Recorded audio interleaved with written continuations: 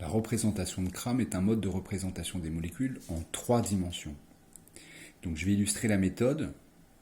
Vous pourrez vous référer au point info qui est dans le petit 2 de l'activité, en établissant la représentation de Cram de la première molécule du document 4, celle qui est à gauche, le dichlorométhane. Donc voilà son modèle moléculaire. Donc c'est un atome de carbone tétraédrique lié à 4 atomes, 2 atomes d'hydrogène et 2 atomes de chlore, représentés respectivement par des boules blanches et vertes. Donc vous voyez que cette molécule a vraiment une structure en 3 dimensions, elle n'est pas plate, elle est à 3 dimensions. Alors comment la représenter en rendant compte justement de la disposition des différentes liaisons? Alors imaginons que l'on veuille représenter cette molécule dans le plan d'une feuille qui serait comme ça, c'est-à-dire qui arriverait en passant par les atomes d'hydrogène et de carbone. Qu'est-ce que ça donnerait?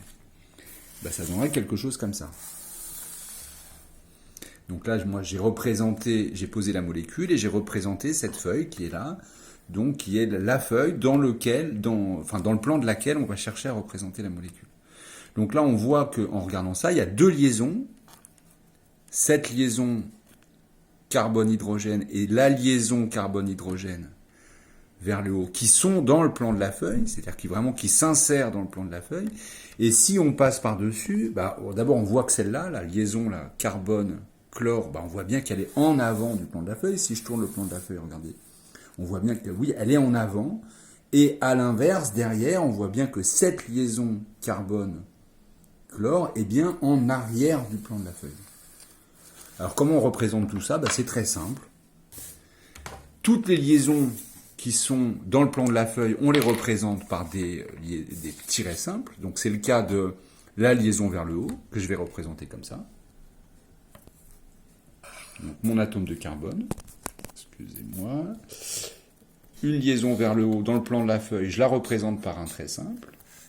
Ensuite, si on revient sur la molécule, il y a une autre liaison carbone-hydrogène, et on voit qu'elle est vers la droite et vers le bas. Je la représente donc par un trait vers la droite et vers le bas, comme ça. Je reviens sur la molécule. Il y a cette liaison qui est ici, carbone-chlore, elle est vers la gauche et vers l'avant. Je la représente par un gros triangle que je vais colorier comme ça. Et enfin, il ne me reste plus qu'à représenter la liaison qui est derrière, c'est-à-dire la liaison qui est cachée là. Donc elle est vers la gauche et vers le bas. Je la représente par un gros trait pointillé. Comme ça. Et donc ça nous donne quelque chose comme ça. C'est ce qu'on appelle la représentation de Cram de la molécule de dichlorométhane. Alors j'ai juste fait une petite erreur que je vais corriger tout de suite. C'est que ça, ce sont des atomes de chlore ici. Et ici, on a un autre atome de chlore. Moi, j'ai dessiné des hydrogènes bêtement. Voilà, donc ça représente cette molécule-là, représentée dans le plan d'une feuille qui arriverait comme ça, au-dessus de la molécule.